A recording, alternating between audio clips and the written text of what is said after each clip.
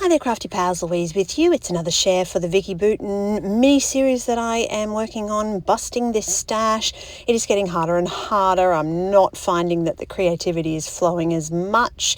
I'm trying to create different types of layouts, but I have a bit of a go-to. So you'll see that kind of this one with the line of photos and the layering. It's very similar to some of the earlier shares that I did for this type of collection. But I wanted to try and use papers in a different way and then get a little bit more with the rub-ons. So at this point in time, I'm kind of considering this grid style background.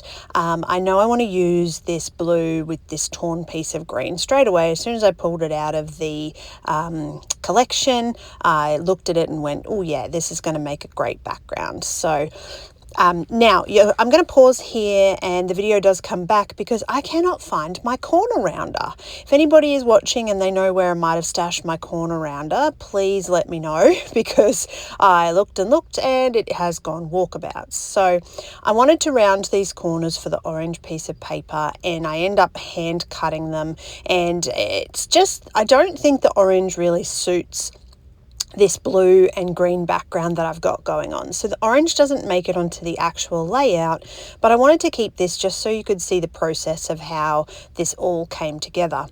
Now this is snapshot photos. So these are just little moments from Master Cooper's life. So they're completely random.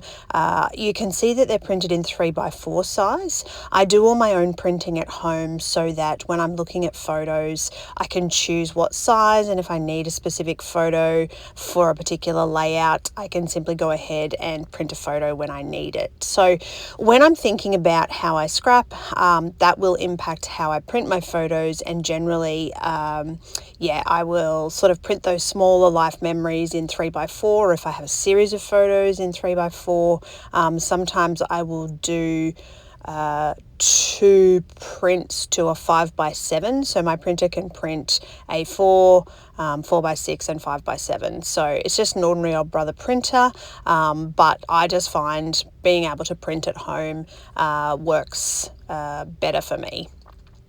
So these are ones that I've printed previously and they're just sitting in my little photo stash.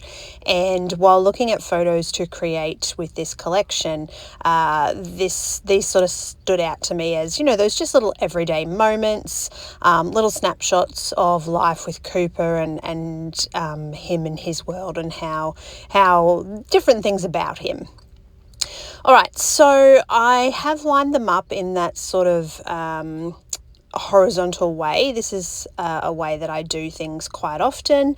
I have included a 3x4 journaling tag. I do of course like to just plan my journaling while I'm looking at my layout. Otherwise the journaling element can sort of become an afterthought, which doesn't always fit with the page. So I'm thinking about this layering and the background and all the different ways that I could embellish this based on what I have available to me.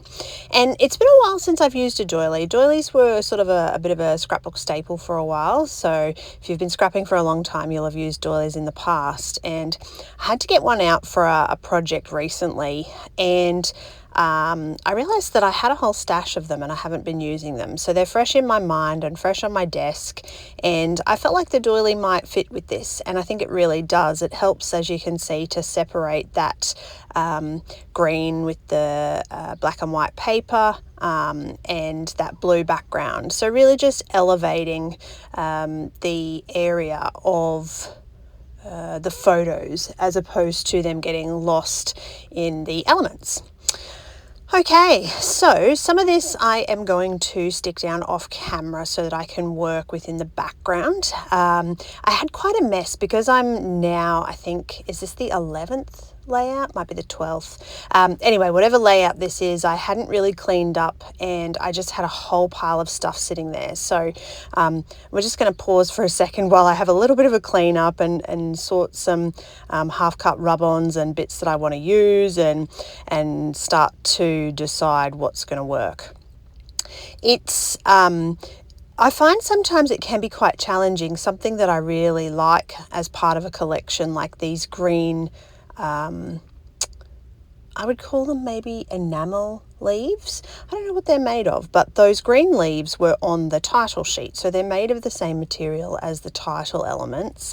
And I was really drawn to them, but I hadn't actually used them on a layout. And sometimes when that's the case, I need to kind of force myself to use them. And this is what happened for this particular share, is that I knew that, I'm starting to get low on certain supplies with this collection, but I've still got so much left. It's really weird. And I have to get a bit more thoughtful and creative. It's not necessarily just pick something straight away and it's perfect for the layout. So those leaves that you see and off the title sheets, they are going to be a feature. So I knew at the start that they were going to be something I was going to use, which is how I got to that green background. And at this point, I'm really happy with my sort of main paper elements, and I'm sort of just enhancing around that. And this is where the rub-ins come in really well. Absolutely, you could, if you didn't have the rub-ons, you could recreate something like this with stamping. You could doodle it just with a pen if you wanted to put some circles in your background. There's no reason why you have to have these particular elements, the rub-ons themselves. You can still create something very similar to this in your clustering with an element that you already have available to you in your stash. It's super easy to do. So rub-ons in the background, the green leaves have to be stuck on. What else is happening in this particular page? Title. Every day was the title, and that was the little sort of chipboard piece and the interest with the twine. Sorry, I'm having trouble with my words today.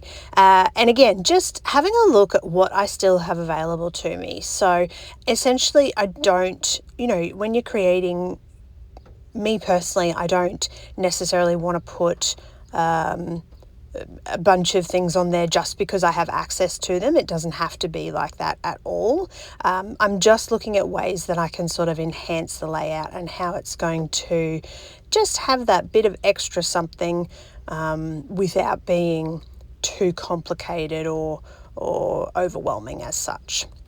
All right, so happy now. I've got a background. I really like how this looks. It's time to glue a few things down, including the twine. I always like to put a little bit of glue under my twine so that I know it's going to stay in the position where I have prepared it. I'm going to add a few of the little enamel pieces from these titles. As you can see, I'm starting to get low. I've made a lot of layouts. I still have so much stash. I'm going to keep trying. It may be starting to get to the point where I have to pull a few things from stash because the layout itself is just not meeting my sort of preferred type or style of crafting. So, don't be afraid if you're trying to bust something. Pulling from stash is still a great way to do it. Having the ability to use those products that we have available to us is a fantastic way to go about it. So, all right, that's my share for today. I hope that you enjoyed. Thank you so much for watching, and as always, happy scrapping.